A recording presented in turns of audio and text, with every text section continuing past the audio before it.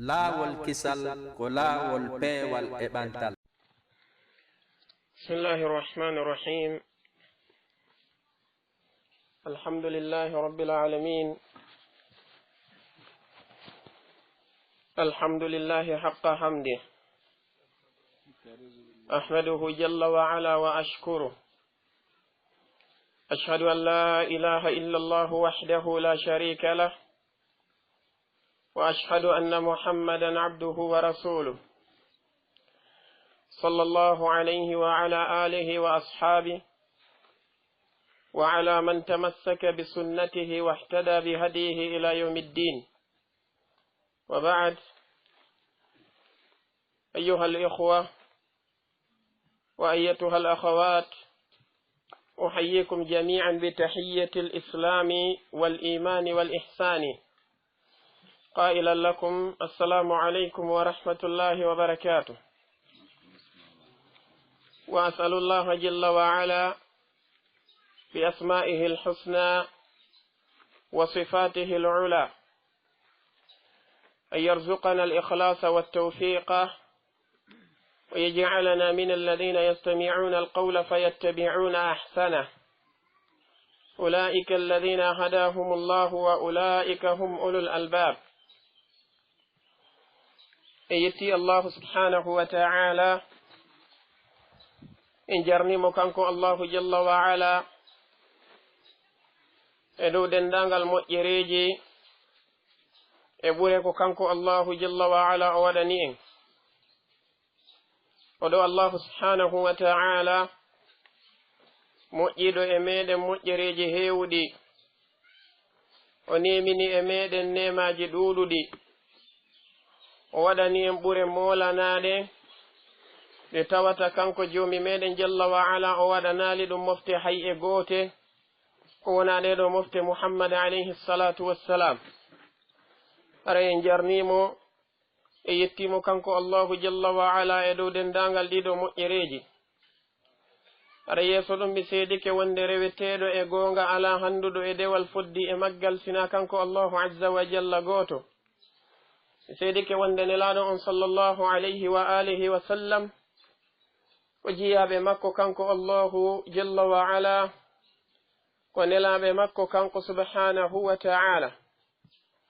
yo allahu tabaraka wa ta'ala ɓeydu mantore makko negi kisangal e dow maɓɓe kamɓe nelaɗon alayhi salatu wassalam, e dow kala neɗɗo mo tawata ko jiyaɗo e yimɓe suudu maɓɓe tawa ko gomɗinɗo, e dow dendanagal sahabaɓe maɓɓe ɓen, e kala kadi neɗɗo artuɗo ɓaawo ɓen o jogitingol ɗo laawol nelaɗon alayhi salatu wassalamu ha ñalande dargal. ara yeeso ɗum mi salmini on goɗo salminago islam, salminago iman, salminago ihsan. aray si ɗum feƴƴi wono siɓɓe meɗen ɓen ɓe ardiniri noon yewtere meɗen nden inchallahu azza wa jal e ndeɗo nokkure teddunde e oɗo sa'a tedduɗo, ko yewtere nde tawata e ballal allahu tabaraka wa ta'ala e hawrindinande makko, ko yilotoɗum e unwanu mo tawata ko tanbihul muslimi ala halihi ba'da ramadan. bima'na findintingol oɗo neɗɗo jebbilaniɗo allahu subhanahu wa ta'ala, oɗo neɗɗo julɗo, oɗo neɗɗo mo tawata o wi'i hoore makko ko o jaɓuɗo kaɗo dina islam, o noddi hoore makko himo jeeya e min zumratil muslimin, e dental ɓeɗo yimɓe jebbilaniɓe allahu tabaraka wa ta'ala, ko findintingol oɗo andintinamo ko honɗum woni ko haani wonde alhaali makko on ɓaawo yawtugol nduɗo lewru tedduɗo, ɓaawo yawtugol nduɗo lewru mawnuɗo, ɓaawo yawtugol nduɗo lewru hebbinandu barki woni nduɗo lewru suumaye. waɗi nden andi no heewi e yimɓe ɓe tawata ko nodditiɓe e kaɗo dina islam, dambitiɓe e kaɗo dina islam, kamɓe si tawi nduɗo lewru darike ɓe tertoto dendanigal ko allahu tabaraka wa ta'ala harmini kon e dow maɓɓe, ɓe immoɓe wakkilo ɓe fewta e ɗeɗo dewe ɓe wakkilo e rewgol Allahu tabaraka wa ta'ala rewirgol mo tottugol ɗiɗo fariddaji ɗi kanko Allahu azza wa jalla o farli e dow maɓɓe kadhalika toppitagol kadi jogito ɗiɗo sunnaji nelaɗo on sallallahu alayhi wa alihi wa sallam tawa si a yi'iɓe e nder nduɗo lewru suuma e teddundu a ndaray alhaali maɓɓe on tawa ɓe nandanama siwana e sahabaɓe nelaɗo on sallallahu alayhi wa alihi wa sallam si a yi'iɓe e nder lewru suuma e ndu tawa ko ɓe yimɓe ɓe andanɗa hoore maɗa ko yimɓe wakkiliɓe tinniɓe hattirde wakkilagol hattirde tinnagol kono ka nduɗo lewru suumaye yawti ka wi'eteɗo wonde nduɗo lewru juldandu ndu darike hande kadi alhaali maɓɓe o waylo hattirde waylagol tawa si a yi'iɓe ñande goo juldandu ɗum woni ñande julde a jiɓoto a landitoto hoore ma si tawi hawri ko ɓeɗo yi'unoɗa hanki wanno a ndaray tawa konguɗi maɓɓe ɗi waylike ndara tawa ɓornateriji maɓɓe ɗi waylike ndara tawa ɓeɗo yimɓe e hoore muɗum golleji maɓɓe ɗi waylike ɗum ɗo ko alhaali mo tawata julɓe ɓen no hana findintinede ɓe andine wonde ko alhaali bonɗo o waɗi noon Allahu tabaraka wa ta'ala wana e suumayetu woni ko o rewete ko wana noon kadi wana nduɗo lewru suumaye woni ko rewete ko Allahu jalla wa ala woni ko rewete ɗum karmokojo goto o maaki wonde man kana ya'budu ramadana fa inna ramadana qad mada wa man kana ya'budu allaha jalla wa ala fa inna allaha hayyun la yamut kala neɗɗo mo tawata kanko ko lewru suumaye ndu woni ko o rewayno ko ndun ɗo woni ko o wakkilantono ara yo andu lewru suumaye ndun ndu yawti ande kadi watta e lebbi 11 si ndu ara amma noon on mo tawata ko Allahu azza wa jalla woni ko o rewata ko Allahu subhanahu wa ta'ala woni ko o ɗoftorto waɗugol yamiraɗi muɗum e woɗɗitagol haɗoje muɗum haray yo andu Allahu jalla wa ala kanko ko o duumiɗo e gurnan mo tawata o mayata idan o ya andu an oɗo neɗɗanke wondema Allahu jalla wa ala taguɗo ma on o farli e hoore ma ngal ɗo dewal oɗo kanko o farlali e hoore ma dewal ngal e suumayetu o acciɗi a lebbi luttuɗi o farlali e hoore ma kanko Allahu tabaraka wa ta'ala dewal ngal e nduɗo lewru teddundu tun o harmini bi ma'na piiji harminaɗi ɗin o waɗɗini e dow maɗa piiji waɗɗinaɗi ɗin e nder nduɗo lewru woturu o acci ɗon ɗi a lebbi luttuɗi bal kanko Allahu tabaraka wa ta'ala ko o fawma ko ngal ɗo dewal ko ya jogito ngal an neɗɗo on fodde ɗeɗo haqqille maɗa no selli fodde wonki maɗa kinno e ɓandu maɗa ndun ko ya daro waɗa yamiraɗi makko ɗin kanko Allahu jalla wa ala daroɗa woɗɗitoɗa haɗoje makko ɗen daroɗa kadi jogitoɗa sunnaji nelaɗo on sallallahu alayhi wa alihi wa sallam oɗo neɗɗo julɗo woni hani wonirde alhaali makko o waɗi noon en addiraka e hoore ndiɗo leydi siwana fi rewgol Allahu tabaraka wa ta'ala en ala hunde ɗimmere ko addira ɗen e ndi leydi ko addira ɗen e ɗan ɗo gurdan tedduɗa woni gurdan aduna ɗan teddiri diina ko addira ɗen e ɗan ɗo ko addira ɗen e hoore ndiɗo leydi ko fi en jogito kaɗo diina Allahu tabaraka wa ta'ala ko fi yo en rewmo kanko Allahu subhanahu wa ta'ala ko ɗum o wi'e wa ma khalaqtu ljinna wal insa illa liya'budun Allahu subhanahu wa ta'ala o wi wonde kanko o tagirali jinnaji ɗin ɗi dendagal majje o tagirali yimɓe ɓen ɓe dendagal maɓɓe siwana ko fiyo ɓe rewmo kanko Allahu subhanahu wa ta'ala ɓe rewiramo honɗum jogitagol yamiraɗi ɗi kanko Allahu tabaraka wa ta'ala o yamiri ɗin jogitagol yamiraɗi ɗi nelaɗo on sallallahu alayhi wa sallam ɓe yamiri ɗin e woɗɗitagol kadi dendagal haɗoje ɗe kanko Allahu tabaraka wa ta'ala o haɗi ɗen kadhalika woɗɗitagol dendagal haɗoje ko nelaɗo alayhi salatu wassalam ɓe haɗi kon enen ɗeɗo mofte ko non wonirani amma moftali ɗi tawata ko yawtude ɗin kamɓe kadi ko wana noon ko jogitagol yamiradi allahu jalla wa ala ɗin e yamiradi nelaɗo mo allahu neli e maɓɓe on kadalika woɗɗito haɗoje makko ɗen kanko Allah woɗɗito kadi haɗoje on nelaɗo mo allahu jalla wa ala neli e maɓɓe haray ngal ɗo noon dewal ngal allahu tabaraka wa taala o tagiri en fi muɗum ngal ɗo wana lewru suumayendun tun woni ko ngal watte e muɗum wana e lewru suumayendun tun neɗɗo on moƴƴata wana e lewru suumayendun tun neɗɗo on fewata wana e lewru suumayendun tun neɗɗanke o yankinoto bal kanko oɗo neɗɗo koyo o duumo e ngal ɗo dewal fodde kanko neɗɗo on himo e ɗan ɗo gurdan haqqille makko ɗen no selli e makko ko waɗi se darti moƴƴa ɓeɗo jiyaɓe allahu tabaraka wa taala moƴƴuɓe woni gila e ɓeɗo nelaɓe makko ɓeɗo annabaɓe makko ɓeɗo kamɓe koɓe faamunoɓe wonde allahu tabaraka wa taala ngal ɗo dewal ngal o tagiri ɓe koyoɓe duumo e maggal ha ñande ɓe yalti e ɗan ɗo gurdan aduna se ndetti annabi ibrahima alayhi salatu wassalam ɓeɗo ɓe tawata ko kamɓe woni imamu nnasi min ba'dihi bima'ana almami yimɓe ɓen ɓe dendangal maɓɓe artuɓe ɓaawo maɓɓe ɓen ɓeɗo annabi ibrahima alayhi salatu wassalam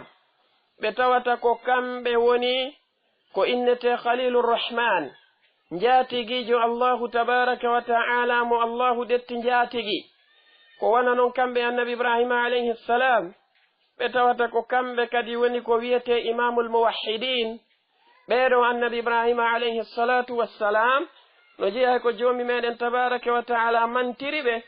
kamɓe annabi ibrahima hiɓe duumino e rewgol mo kanko allahu jalla wa ala kamɓe ɓe rewatano mo e hitande goo ɓe acca duuɓi goo ɓe rewatano mo e lewru goo ɓe acca lebbi goo ɓe rewatano mo kanko allahu jalla wa ala e yontere goo ɓe acca jonte goo wana noon ɓe suɓatano ko ñallal goo ɓe rewa mo e ngal ɗon ɗiya ñalɗi luttuɗi tawa ɓe yedday mo kanko allah annabi ibrahima alayhi salam ɓeɗo laatino hari ko ɓe duumiɓe e rewgol mo e ɗoftagol mo kanko allah ɗum allahu tabaraka wa taala wi inna ibrahima kana ummah qanitan lillahi hanifan walam yaku min almushrikin o wi shakiran li an'umihi ijtabahu wa hadahu ila siratin mustaqim wa ataynahu fi dunya hasana wa innahu fil akhirati lamina salihin allahu tabaraka wa taala o wi wonne annabi ibrahima alayhi salatu wassalam ɓeɗo dey ɓe laatinoke kamɓe ko ɓe almamiɓe ko ɓe ñentinteɓe kamɓe annabi ibrahima alayhi salatu wassalam ɓe laatike ko ɓe yeesoɓe wonande kala artowo ɓaawo maɓɓe ko ɗum joom meɗen tabaraka wa taala wiɓe inni ja'iluka linnasi imama o wi ko ayo ibrahima mi watte almami wonande yimɓe arayɓe ɓaawo maɓe allahu tabaraka wa taala tabintini fodore makko nden o hunni nde ko waɗi kanko andiraka lundagol fodore allahu subhanahu wa ta'ala o yamiri nelaɗo on tigi sallallahu alayhi wa alihi wa sallama kamɓe hoore maɓɓe yoɓe jokku annabi ibrahim o wi thumma awhayna ilayka an ittabi' millata ibrahima hanifa mi wahinema an muhammad alayhi salam alayhi salatu wassalam wonde ya adaro wakkiloɗa jokka laawol annabi ibrahima alayhi salatu wassalam wol ko wana noon enen mofte nelaɗo alayhi salatu wassalam allahu jalla wa ala ko ɗum yamiri en o wi qul sadaqa allahu fattabi'u millata ibrahima hanifan ay enen ɗeɗo moften koyo en jokku laawol annabi ibrahima gol alayhi salatu wassalam ko wana noon wonande yimɓe kala yimɓe artuɓe ɓaawo annabi ibrahim ko ɗum watti joomi me wi waman yarghabu an millati ibrahima illa man safiha nafsah walaqad istafaynahu fi dunya wa innahu fi l akhirati lamina alsalihin allahu wi wonde oñotaako sela salo jokkude aña laawol annabi ibrahima ngol si wona on neɗɗo ɗaytinɗo hoore muɗum on neɗɗo majjinɗo hoore muɗum on neɗɗo hawkuɗo hoore mum allahu jalla wa ala o wi wonde menen dey men suɓike annabi ibrahima alayhi salatu wassalamu ka gurdan aduna ɗo min waɗimo jaatigi amen min waɗimo almamijo wonande kala artuɗo ɓaawo makko min waɗimo baaben annabaɓe ɓe tawata ko heewɓe allahu jalla wa ala wi kala harale kadi o jewite e jiyaɓe amen suɓaɓe moƴƴuɓen ɓe min wernoyta ɓen kan aljanna alfirdaus annabi ibrahim allahu jalla wa ala o wi wonde qanitan lillahi ay ɓe laatino kamɓe annabi ibrahim hari ko ɓe duuminoɓe e ɗoftagol mo kanko allahu tabaraka wa taala ko waɗi oɗo qunut ko almudawamatu ala ta'a mana muɗum ko duumagol e ɗoftagol allahu jalla wa ala ko ɗum waɗi si tawi allahu tabaraka wa taala holli en wonde annabi ibrahima ɓe timminno kala ko ɓe yamiraka gollugol ɓe timmini kala ko ɓe haɗaka accugol jomin mi wi wa id ibtala ibrahima rabbuhu bi kalimatin fa atammahunna bi kalimat imam ibne kathir kañum e cheikh abdourahman nasiru saadi ɓe maaki ay bi awamir wa nawahi bi mana allah tabaraka wa taala yamirɓe kamɓe annabi ibrahima ko watte o haɗiɓe kadi kanko allahu jalla wa ala e piiji goo bi mana ɗin ɗon o yamiriɓe o ɓe accu allahu wi fa atammahunna ibrahima alayhi salatu wassalamu ɓe timmini fop ɓe accali hay gooto ko ɗum waɗi si o wiɓe wa ibrahima alladi waffa ɓeɗo annabi ibrahima ɓe yamira ɗen jokkugol laawol muɗum ngol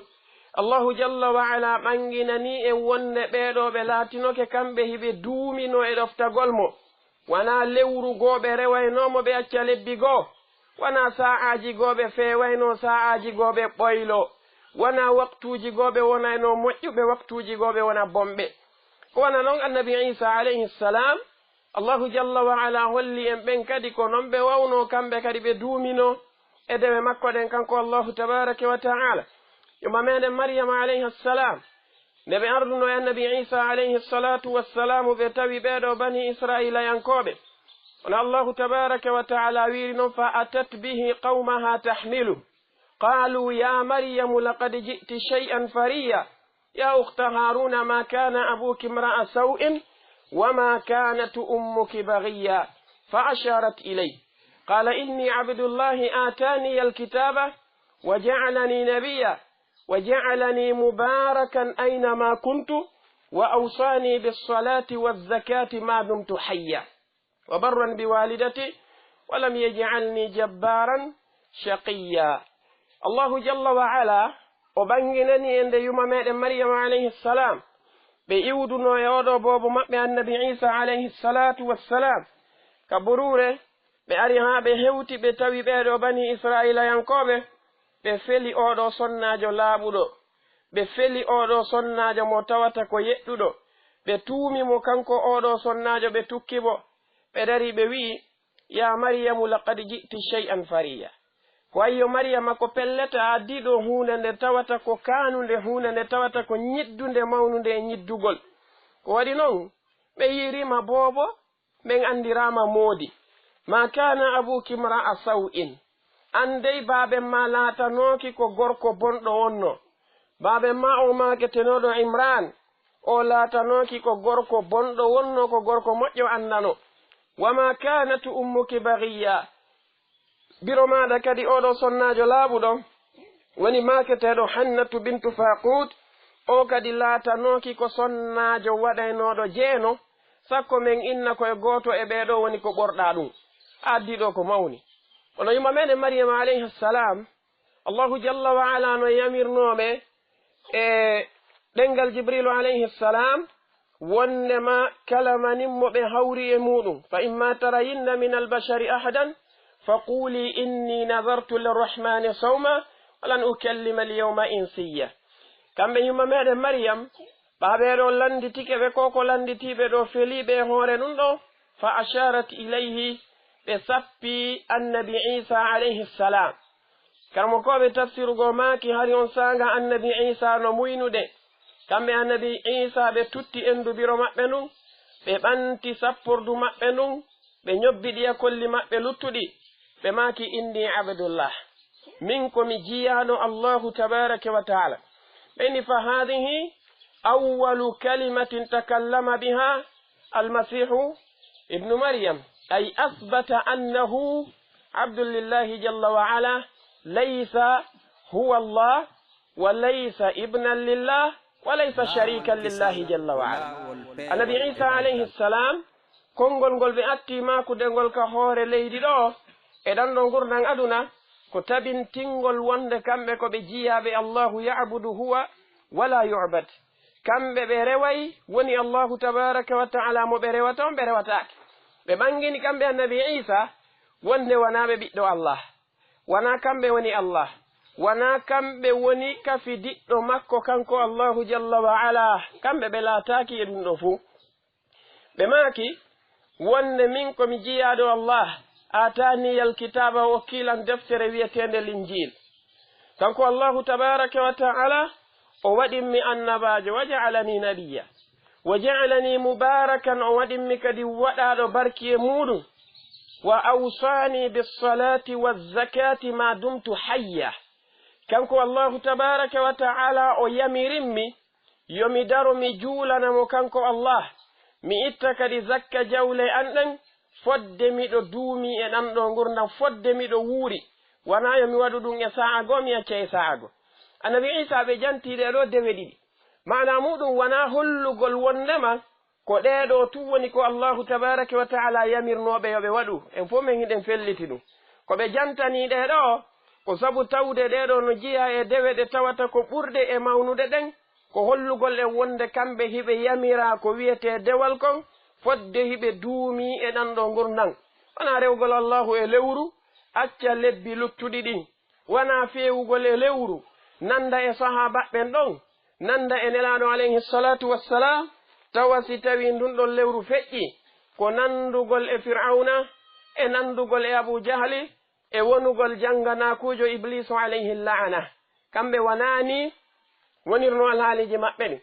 wona noon nelaɗo alayhi salatu wassalam kamɓe e hoore maɓɓe allahu jalla wa ala ko ɗum yamiri ɓe. allahu wi wa'budu rabbaka hatta ya'tiyaka alyaqin. o wi rew joomi maɗa ha mayde nden arama, wakkilo daroɗa ɗaɓɓita ko allahu tabaraka wa taala yamirmakon waɗa, ko o haɗumakon woɗɗitoɗa, duumoɗa e ɗum ɗo ha ñande wonki maɗa kinki yalti e nder nduɗo ɓandu maɗa. ko ni woni ko haniri. nelaɗon ɓe yamirama ɗum, enen kadi hiɗen naati e nden ɗo yamirore, ko waɗi ko enen e maɓɓe fof woni ko kafi ɗum ɗon. joom meɗen tabaraka wa taala ko ɗum ɗon woni ko o yamiri nelaɗo alayhi salatu wassalam, ko ɗum woni ko o yamiri en enen kani. ko ɗum addi ha si tawi kamɓe nelaɗo on sallallahu alayhi wa alihi wa sallama kamɓe ɓe jaɓuno ɗum yamirore ko allahu yamirnoɓe kon, wonde yoɓe duumo e rewgol mo ha ñande wonki maɓɓe ki yalti ka ɓandu maɓɓe, kamɓe ɓe wakkilino ɓe jaɓi ɗum ɗo ɓe tinni e muɗum. ko waɗi yumma meɗen aishata radiyallahu anha, oɗo sonnajo mo allahu tabaraka wa taala laɓɓini, mo allahu subhanahu wa taala hentini fi muɗum, sonnajo mo tawata ko giɗo nelaɗo on sallallahu alayhi wa alihi wa sallam, sonnajo mo nelaɗo alayhi salatu wassalamu feƴƴini ka nder suudu muɗum, sonnajo mo tawata nelaɗo alayhi salatu wassalamu fewɗo feƴƴinayno, tawi kamɓe nelaɗo alayhi salatu wassalamu hiɓe jooɗi ka busal makko kanko oɗo sonnajo mo tawata nelaɗo alayhi salatu wassalam nduɗo ɓandu maɓɓe laaɓundu, ɓandu maɓɓe hebbinandu barki, nduɗo ɓandu maɓɓe ndu tawata ko ɓandu ndu allahu teddini, tawi ko ɓandu belnandu ka nder suudu makko kanko oɗo sonnajo. ɓeɗo yumma men Aisha ɓe jiyano e ɓurnoɓe andude nelaɗo alayhi salatu wassalam, kamɓe ɓe landano ko honno dewe nelaɗo alayhi salatu wassalamu laatorno. goto e tabi'inaɓe no maketeno Alqama o arno o tawiɓe kamɓe yumma men Aishata radiyallahu anha, wono hadise on ardi noon ka sahihayni, o landiɓe kamɓe yumma Aishata radiyallahu anha, o wi hal kana annabiyu sallallahu alayhi wa alihi wa sallam yahtassu min al ayami shay'a, faqalat la innama walla amaluhu ay kana amaluhu di'ama. oɗon Alqama o maaki wonde ñande gore mi landino yumma men Aishata radiyallahu anha, mi landiɓe ene nelaɗo alayhi salatu wassalam kamɓe hiɓe hertinayno e ñalɗi ɗin, ñalɗigoɗi ɓe rewayno allahu ɓe acca ñalɗigo, no arayno e ñalɗigoɗi ɓe feewi, ta ɓe jangay qur'an, tawa kamɓe nelaɗon alayhi salatu wassalam ɓe juulay tawa kamɓe nelaɗon alayhi salatu wassalam ɓe jantoto inde Allah ta kamɓe nelaɗon alayhi salatu wassalamu ɓe wakkili moƴƴa ara e ñalɗigo tawa kamɓe nelaɗon hiɓe aami ara e ñalɗigo ta kamɓe nelaɗon e ɗin ɗo waktuji kamɓe nelaɗon ɓe softa ɗum no wooduno kamɓe e gurdam maɓɓe yuma meɗen Aisha ɓe maaki la kana amaluhu di'ama ɓe maaki o waye nelaɗon alayhi salatu wassalamu kamɓe golle maɓɓe ɗe laatinoke ko duumiɗe ko golle duumiɗe ɓe marno kamɓe ɓe rewayno Allahu tabaraka wa ta'ala e nder duuɓi ɗin fof ɓe rewayno mo e nder lebbi ɗin fof ɓe rewayno mo e nder ñalɗi ɗin ɗi dendagal majji kamɓe nelaɗo alayhi salatu wassalamu ko ni ɓe wawno onon kamɓe yuma meɗen aishata radiyallahu anha ɓe maakiri hadise goo kadi selluɗo wonɗo ka sahihu muslim ɓe maaki kana rasulullahi sallallahu alayhi wa alihi wa sallam ida amila amalan asbatahu kamɓe nelaɗo alayhi salatu wassalam ɓe laatino si ɓe golli gollal moƴƴal kamɓe ɓe duuminayno ngal ɗon gollal ɓe tabintinangal bimana si ɓe jangi qur'ana e nder suumaye haray lebbi luttuɗi ɗin kadi ɓe ombata ndeɗo qur'anare ɓe fontande ɓe janga kamɓe nelaɗo alayhi salatu wassalam ɓe jantike inde Allahu e suumaye si tawi suumaye feƴƴi kadi lebbi luttuɗi ɗin ɓe duumoto e jantagol inde Allah si ɓe mike jemma ɓe juuli e nder lewru suumaye ɗum ara lebbi luttuɗi ɗin jemmaje ɗen kadi na ɗaane teeɗe jemma on fof on tigi no waalino ɗaani bal e nder ɗen jemmaje ɗon kadi ɓe heɓay e nder majje ko ɓe dari ɓe rewi Allahu tabaraka wa ta'ala ɓe hoori lewru suumaye ɗum ha ndu timmi awa haray duuɓi luttuɗi ɗin kadi wana balɗe ñaameteɗe tun no woodi ñalɗigo kadi ɗi tawata ɓe suɓay e nder ɗin ɗon bimana ɗin ɗon lebbi kamɓe nelaɗo alayhi salatu wassalamu ɓe hooranamo kanko Allahu tabaraka wa ta'ala kamɓe ko ni wonirno golle maɓɓe ɗe kana ida amila amalan asbatahu ko waɗi noon gollugol gollal ha gesa tabintina ngal ɗon gollal ko ngal gollal ɗon ɓura yiɗede ka Allahu tabaraka wa ta'ala haysi ngal fanɗi gollal ngal haysi tawi no fanɗi si tawi ngal duumina ngal ɗon no yiɗa ka Allahu tabaraka wa ta'ala ɓuri gollal ngal tawata ngal ɗuuɗi tawa si ngal waɗama nde wotere ko tuma kadi hitande nden timmi wosi kañum gollal ngal waɗe ɗaare moƴƴa nelaɗo alayhi salatu wassalamu ɓe landama ɗum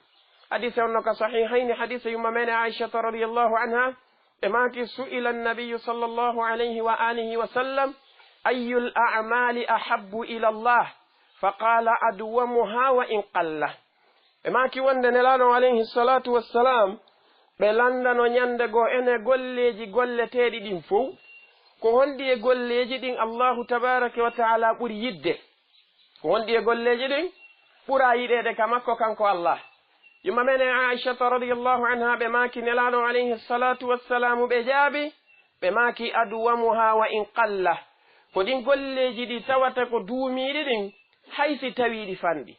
mana mum haysi tawi hawri an neɗɗanke on ñande wo e ñande a heɓay ayeje ɗiɗi qur'ana jangane ɗum ɗon no wela Allahu tabaraka wa ta'ala edi si tawi lewru suumaye ndun ari tawa ɗon ñande wo ñande iɗa fonta qur'ana janga kono sindu feƴƴi tawa qur'anaren nden kadi ko ombetende ka maɗa nde udditoyama wo si tawi suumaye goo arti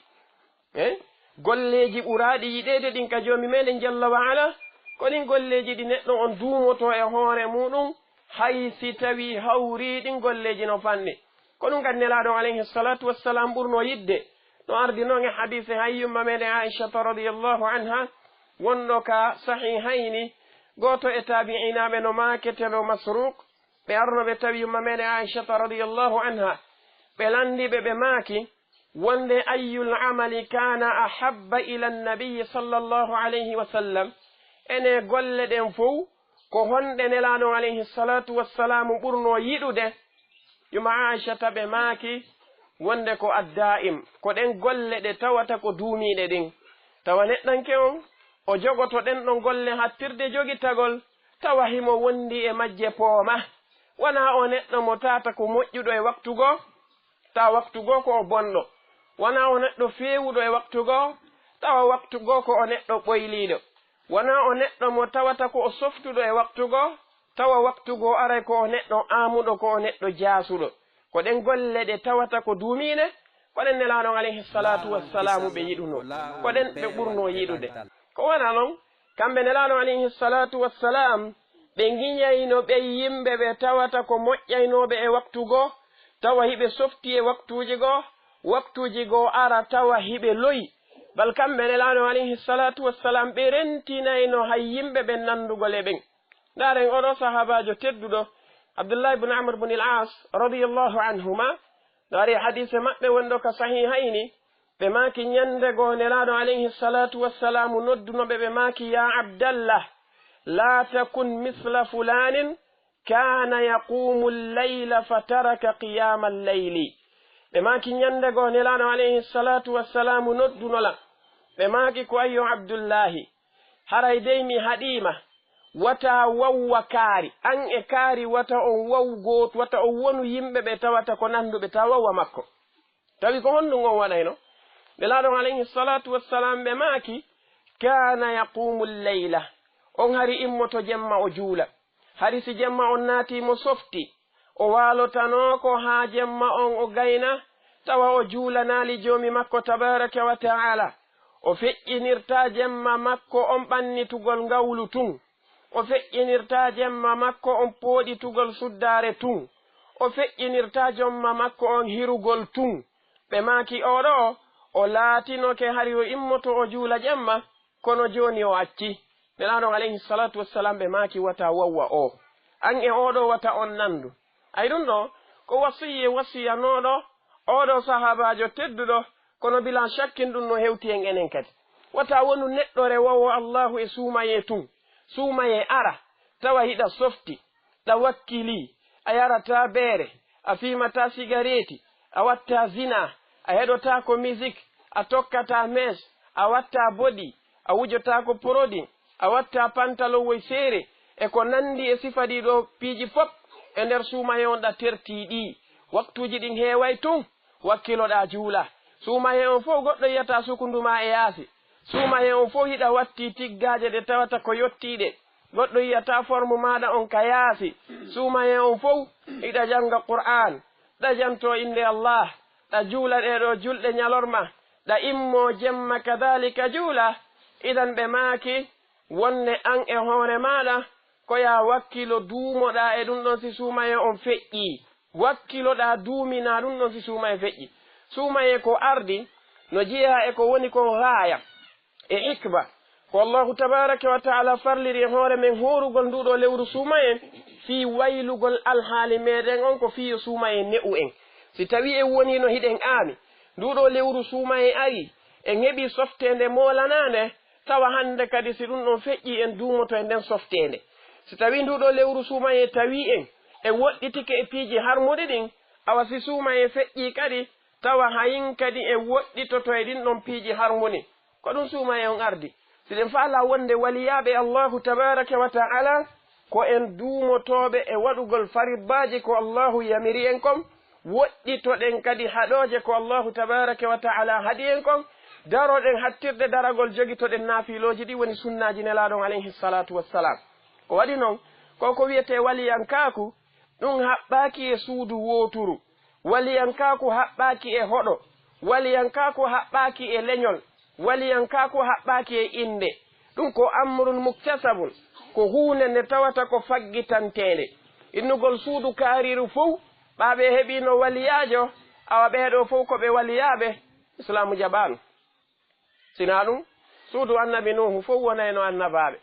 suudu annabi nuhu fof wonayno nelaɓe waɗi annabi nuhu ko nelaɗo allahu ko annabajo allah on ɗon martaba makko on no feƴƴi hay waliyankako kono hiɗen andi sonnajo makko on e geɗaljo makko on kan'an sonnajo makko maketenoɗo o wa'ila e geɗaljo makko maketenoɗo on kan'an ɓeɗo wonno heferaɓe ɗiɗo yedduɓe allahu jalla wa ala ɓe lutti kadi e lette ɗen bimana waliyankako e annabankako e nelal ko annabi nuhu jogitino kon nafaali ɓeɗo ɗiɗo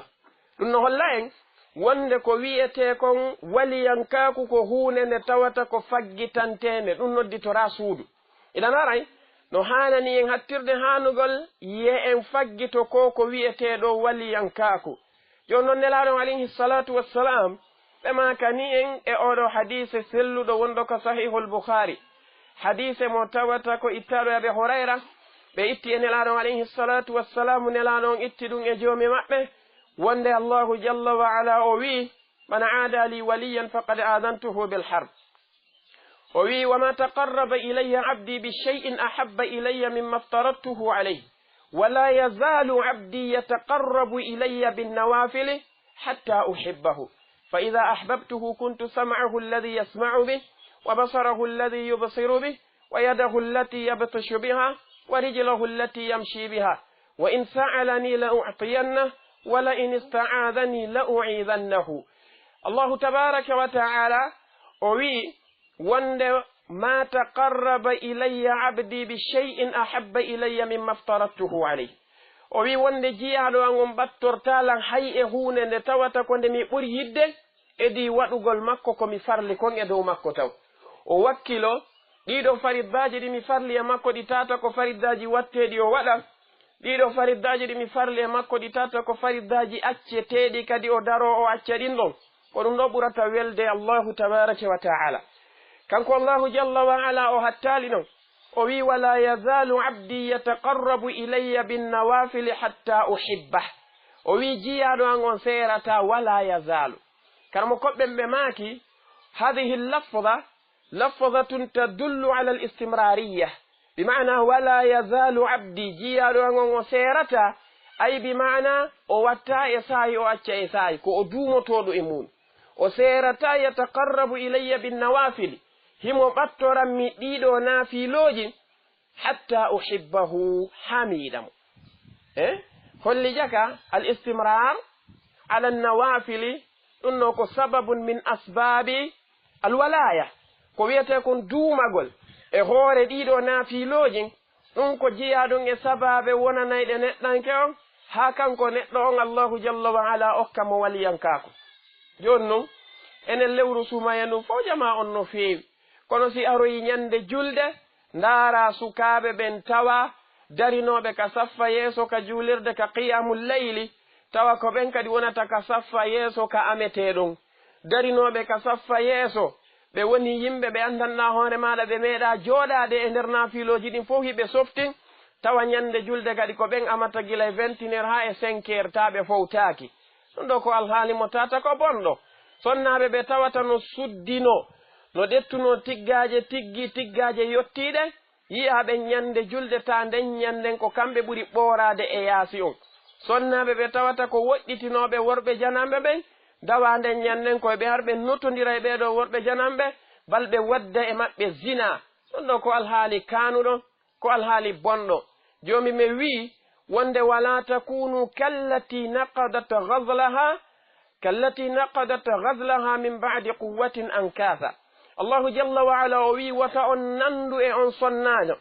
mo tawata ko mottowo motte makko ɗen ha laabe ha ɗuuɗa ha fota o daro o firta ɗum ɗon kadi hattirde firtugol sonnajo mo haqqille muɗum lowno haqqille muɗum dirti wonno Madina on sonnajo no wawno mottude o mottayno ha laabe ha ɗuuɗa kono si o gayni jama on hawike o firtira ɗum kadi gotu gotu Allahu azza wa jalla o wi wata e wawwa on wata e mahu golleji moƴƴi golleji labaɗi e nder lewru suumaye ndon suumaye feƴƴa kadi lancen ɗin ɗo yirbinen ɗiɗi fof majji haray watte yili annen Allahu azza wa jalla mo reweten on oɗo ko duumiɗo e gurdan idan rewen mo kanko Allah subhanahu wa ta'ala fodde wonkiji meɗen ɗin no e ɓalli meɗen ɗen fodde ma bi maana haqqille meɗen nden no selli ɓattoɗen ɗeɗo duɗe jangen ɓattoɗen ɗeɗo duɗe jangen ɓattoɗen ɗeɗo duɗe jangen dina men kanko dina ka jaɓata majjere abadan ko dina ka jaɓata majjere ko waɗi noon ko dina gandal nafaygal kañum e golle moƴƴe Allah tabaraka wa ta'ala moƴƴuri e men ɗum o fendidiri en ɗum ɗon el yahudu e nasara kamɓe ɓe dari ɓe woni yimɓe ɓe tawata ko yiɗuɓe gollugol dewe kono tawi ɓe raɗino annabajo maɓɓe on nelaɗo maɓɓe on ɓe lutti e majjere ɓe andano kanko Allahu jalla wa ala o rewirte ɓe heɓi tana ɓe jogiti amalun bila ilmin yahudu kañum ɓe dari ɓe jangi ha moƴƴi ɓe heɓi gande yaajude ɗe Allahu hokki ɓen kono ɓe bewi ɓe salanimo kanko Allahu subhanahu wa ta'ala ɓe dari ko ɓe jangi kon fof ɓe lundi ɗum ɗon ɓe sali hattirde salagol ɓe heɓi ilmun bila amalin. enen noon allahu jalla wa ala jama'a lana alkhislatayni kanko allahu tabaraka wa taala o moɓani e geɓeɗen ɗiɗin noon ilmun nafi'un wa amalun salih. o waɗani en gandal ngal tawata ko nafaygal kañum may golle ɗe tawata ko golle moƴƴe. anden dina men kan jaɓata majjere. innugol min mi jibinama komi julɗo haray gasi min simi jangi tun ko wiyete kon juulirɗi ɗin haray lanni on ɗo julɗo hana wawde ni ko waɗi majjere ko tana ko ɗum goto e karbokoɓe maaki wondema ko wiyete ko majjere ko ɗum ɓuri wonde gaño wonande neɗɗo on. o maaki wonde aljahlu yaf'alu bi aduwihi ma yani aljahlu yaf'alu bil jahili ma la yaf'alu al aduwu bi aduwihi. o wi majjere waɗay neɗɗo majjuɗo ko tawata gaño watta neɗɗo mo tata ko mo ani o. haray wakkilo ɗen jangen kaɗo diina ko gandal ngal woni ko innete ndaygu majjere nden ko niɓol. gandal ngal ko ndaygu majjere ko niɓol. alhafidul hakami o ɗum ɓe makani en kam wimiya maɓɓe ɓe maki alilmu nurun mubinun yattadi'u bihi ahlu saadati waljuhalu fi dhulami. ɓe maki wonde gandal ngal ko ndaygu ɓangungu ko annora jalbuɗo mo tata yimɓe male teɓɓen ko ɗum ɓe yonnorto ka aduna ɗo ɓe yiya ɗo ko ɗo rewete ɗa rewatake amma yimɓe majjuɓe ɓen ɓe ala ndaygu ɓen ɗon kamɓe ko e niɓe ɗen ɓe woni yaade. haray foti ko worɓe meɗen hewti suddiɓe meɗen wakkilo ɗen jangen ka diina no allahu tabaraka wa taala farliri noon e hoore men juulugol o farliri noon e hoore men horugol ko wana noon o farliri e hoore men kadi jangugol kaɗo diina. jangugol islamu ko hunde faridda ko hunde nde tawata neɗɗanke on no farlaɗo ko imma wona faridda toɗɗiɗo sifa jangugol ko wiyete kon usulu din andugol neɗɗanke on ko hani fiɓude kon andugol neɗɗanke on kadi ko wiyete kon ilmu tahara ko honno o laɓɓintinorto e andugol makko kanko neɗɗanke on ko wiyete kon ilmul ibada gandal ko honno o rewirta allahu tabaraka wa taala e ko nandi e sifa ɗiɗo no farli goto kala e meɗen. innatake ɓa ɓeeɗa jangi ɗum ɗon ɓeeɗa kamɓe ɓe yondinora e ɓen amma gande gono toon sifa ilmu dawa sifa ko yowdiri e fiyake ilmu al ifta sifa ko yowdiri e hifdul qur'an ɗiɗo e ko nandi e majji no wi'e wonde ɗum ɗon ko ilmun kifaiyun ɓi mana no yononire. kono ala kulli hal ko luttitiɗa e ɗe gande ɗe jantiɗen ka arande lawol ɗeɗo ko ɗe faridda e hoore meɗen yen jangu. si en jangali ɗum ka aduna ɗo yawmal qiyama allahu azza wa jalla landi toyi to en fii ɗum. joni noon ala ko hulɓinanima a julɗo. allahu tabaraka wa taala tippini wa qur'ana e ma joni ndeɗo qur'anare wonna e mayre duuɓi nogay e joyi capanɗe tati e joyi ha woɓɓe naɓa duuɓi 60 tawa ndeɗo a watande fontude janga tawa ndeɗo si nde jangama yeeso ma anda ko nde firi nde noon ko ha e ma nde arno wana kadi tagaɗo addinde e ma bal ko taguɗo on tabaraka wa ta'ala woni ko addinde e ma. an si a daroyke yeeso oɗo ɓaale pellete ala ka yaha sina yeeso makko yawmal qiyama si oɗo landike ma fiinde ko honɗum wiyoyta ñande ndeɗo aroyta nde tefanoya yimɓe mayre on nde ara nde tawa hoɓɓe gono dari ka dargal nde wiya ko ayyo joomi oɗo neɗɗanke mimma na'tuhu annawma fil layli oɗo mi haɗunomo ɗanagol jemma hari oymo to jemma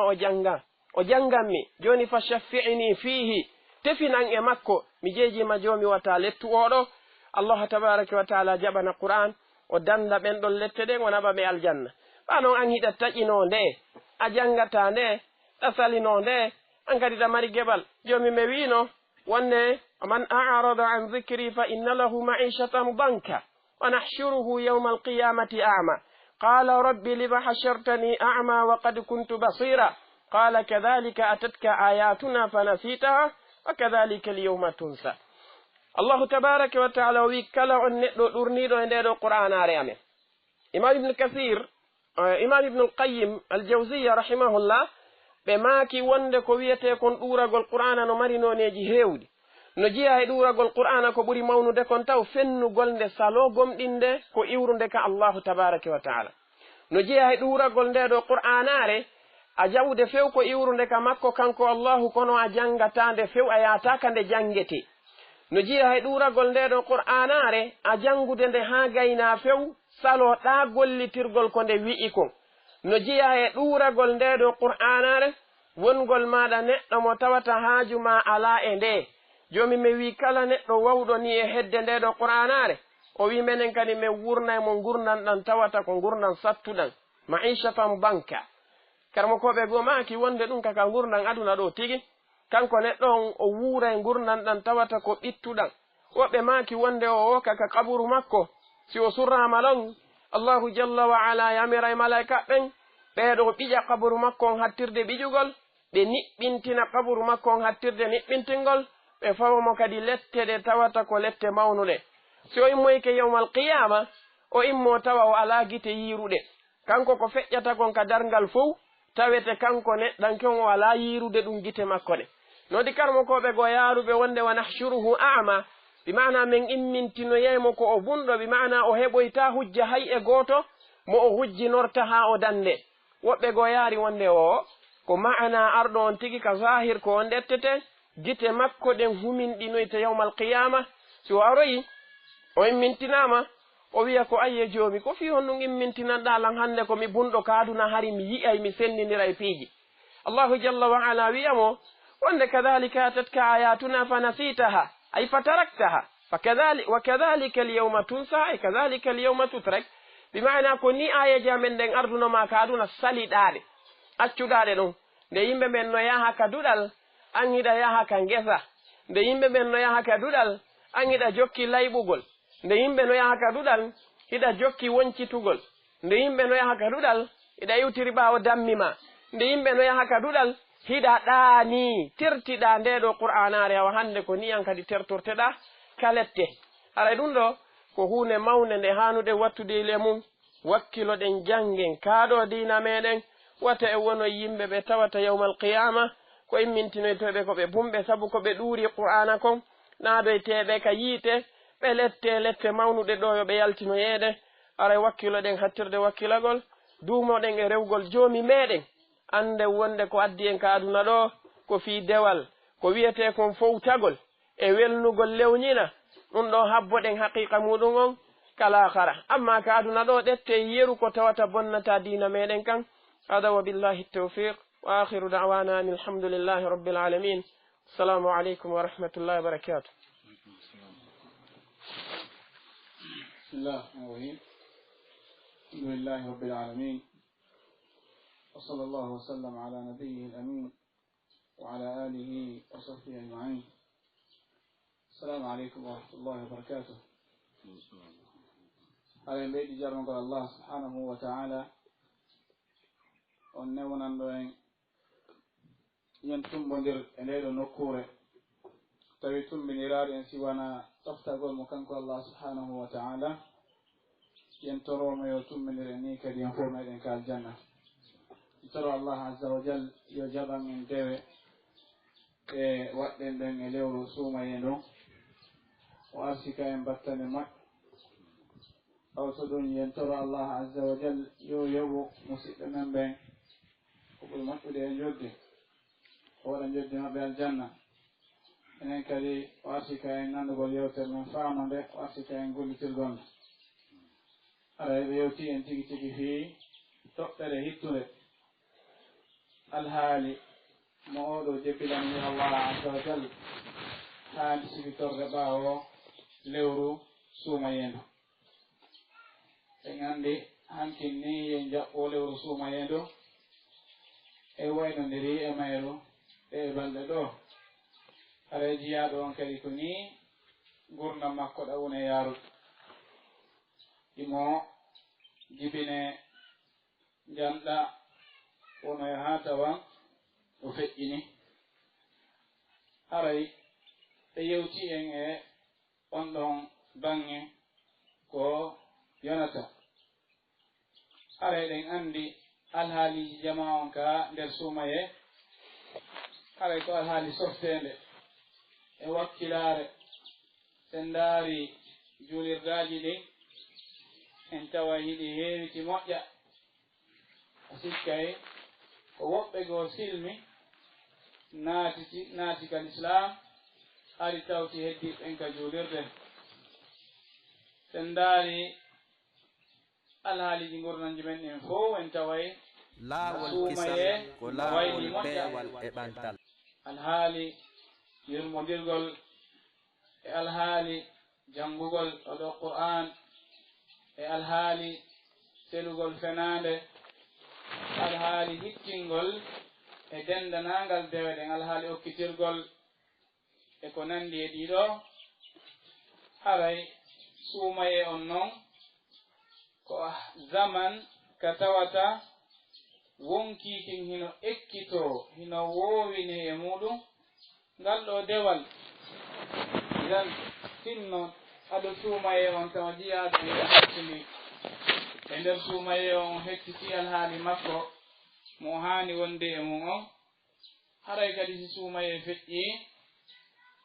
haray himo haani duumaade kadi e on ɗon alhaali ɓe jantanike en batteji heewɗi e gaaɗi e nelaaɗo sallllahu alayhi wa sallam ma e gaaɗi e sahabaɓe ɓen no ɓe fewndorno kamɓe ɓen anndi allah azza wa jal o humpiti en ka qur'an o inni wa'bud rabbaka hatta ya'tiyaka alyaqin rew allah azza wa jal haa mayde nden nde tawe dewal ngal mara keerol si wona mayde nden ko tuma jiyaaɗo maayo wiyete wondema hannde kadi golle makko ɗen ko ɗo woni ko ɗe hatti o habbito joddi makko ni amma fodde himo wuri haray himo haani toppitaade rewgol allah azza wa jal idan haray ɗe dewe ɗe wonno ɗe wadde ka suumaye immoraade e juulugol e hoorugol e ko nandi e muɗum ɗeɗo kadalik e lebbi heddiɗɗen iɗe haani jokkitaade hina e suumaye on tuni ko rewete allah azza wa jal suumaye on o maayi kono allah azza wa jalla ko hayyu la yamut ko o wuuruɗo mo tawata kanko o maayata haray noon allahu o himo e ɗiya lebbi heddiɗi kadi mo wuuri e lebbi heddiɗi ɗen haani mo rewde kadalik e lebbi heddiɗi ɗin sen ndaari ɗo jooni ka juldaanu dari haray yimɓe ɓe tawata yen yi'aynooɓe ka juulirde en hattotoɓe kadi haa suumayeego ara ɗum ɗo no jeyaa e maandeeji ɗaweede maandeeji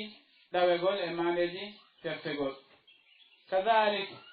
yimɓe ɓe tawata hino wowlayno konnguɗi moƴƴe nder suumaye on heɗitoo konnguɗi moƴƴe nder suumaye on yi'en ɓen ɗon tigi kaɓaawo suumaye tawa hina a sikkay ko yimɓe goono hina ɓe wono ɗen e tummodirde e lewru suumaye ndu haray suumaye on ko lewru ekkitordu ko lewru softinirdu wonkiikin e dewe ɗen haray hina lewru ka tawata dewe ɗen hino fuɗɗo e muɗum hatta e muɗum tan haray no jeeya e ko jiya ɗon wallinorta e duumagol e dewe ɗen ɓaawo suumaye toragol allah azza wa jal jiyaaɗo on no haani duumagol e toragol allah azza wa jal yo allahu tabintinmo tawde haray wonkiikin daiman hiki ooñi e yeddugol allah subhanahu wa ta'ala tawi noon jiyaaɗon duumike e torgol allah subhanahu wa ta'ala yo allahu tabintinmo e dewe ɗen nde wonno ɓerɗe ɗen ko e juuɗe allah azza wa jalla woni himo yildira ɗe no o moyiri kanko allah azza wa jalla dan ɗen anndi salaf kamɓe hiɓe torotono allah azza wa jalla yo allahu tawnu ɓe suumaye o i suumaye on feƴƴi kadalik ɓe toro allah azza wa jalla yo allahu jaɓanɓe ko ɓe waɗi kon e nder suumaye o idan hina gollugol ngol tu woni shart bal ko tawde on tigi jaɓanama kadi gollugol ngol tu hina shart ko jaɓanegol ngol haray noon jiyaɗo no hani duumade torgol allah azza wa jal moƴƴa yo allahu jaɓanmo tabintinamo e hoore dewe ɗen kadalik no jeeya e sabuji ɗin kadi duumagol e ngol ɗo janngugol. Janngugol ngol no jeeya e ko wallitito moƴƴa yo jiyaaɗo on duumo e hoore alhaali mu o wonnoon e muɗum adii suumaye o. nden hittine moƴƴa kadalik e ɗaɓɓugol ngal ɗo gandal shar'iyankewal ngal ɗo ngal tabintinayi en e hoore dewe ko wonno ɓen kon e muɗum e nder suumaye o e tabintinayi e lebbi heddiiɗi ɗi. nden haray Allah azza wa jal o humpiti en wondema dewal ngal ngal mara keerol si wona nde jiyaaɗo on o feƴƴini. jooni noon ɗi piiji ɗi wonne wadde ɗo fof immorade janngol Qur'an no wonirno noon ka suumaye yo jiyaaɗo on eto ɓaawo suumaye kadi no ga sahara ɓurɓe heewde men ɓen ɓe timmini Qur'an on e nder suumaye on haɗa ɓe joofini janngugol rewtagol. ɓayi lew suumaye on ko lewru janngirde Qur'an. hara yo eto kadi ɓaawo suumaye o heɓa haysi ko e nder ñallal ngal o heɓa hisbe janngaaɗo ma o heɓa hisbe rewtaaɗo ma bete suuratuwol ma bete aya gooto awa e nder ñallal makko ngal ngal ko janngata e ɓaawo oɗo suumaye. kadalik gollo juulugol naafiilooji immagol jemma juula ɓen anndi haray ka suumaye boy hino softi yahugol ka naafe maha qiyamu leyl. kadalik yo eto ɓaawo suumaye on kadi o heɓa ko wiyete kon wird mana o heɓa ko duumoto e muɗum ɓaawo suumaye o haysi ko darɗe ɗiɗi o heɓi tawa ko ɗen noon o duumoto e muɗum o wakkilo o ñiiɓa e hoore ɗum ɗon haa suumaye on tawoyamo kadi. idan ɓe jantanike en ka yewtere wondema nelaaɓo sallallahu alih w sallam no yewti e wondema ko ɓuri moƴƴude e golleji ɗin fof ko duumaɗe ɗen e muɗum hayso tawi fanɗi ɓe humpiti en kadi alhaali annabaɓɓen no ɓe laatorno noon ka banngal duumagol e rewgol Allah azza wa jal e ka banngal toragol ɓe Allah yo Allah o newnan ɓe duumagol e hoore rewgol Allah azza wa jal. idan yo taw an kadi a heɓay ko juula e nder jemma ma on tawa wonaari jemma on fof ko ɗaanorɗo haa weeta hara heɓara hewnde ko juula. suumaye on ko fii ɗum ɗon shar'inirana ko fii kulol Allah subhanahu wa ta'ala jooni noon nden nder kulol ngol rewugol mo kanko Allah azza wa jal. kadalik ya eto heɓa e nder lewru ɗum kadi ñallal ngal hooruɗa haysi ko gootal nder lewru ɗum kadi ñallal ngal hooruɗa haysi ko gootal nder lewru ɗum kadi ñallal ngal hooruɗa haysi ko gootal nder lewru ɗum kadi ñallal ngal hooruɗa haysi. laawol kisal ko laawol peewal e ɓantal.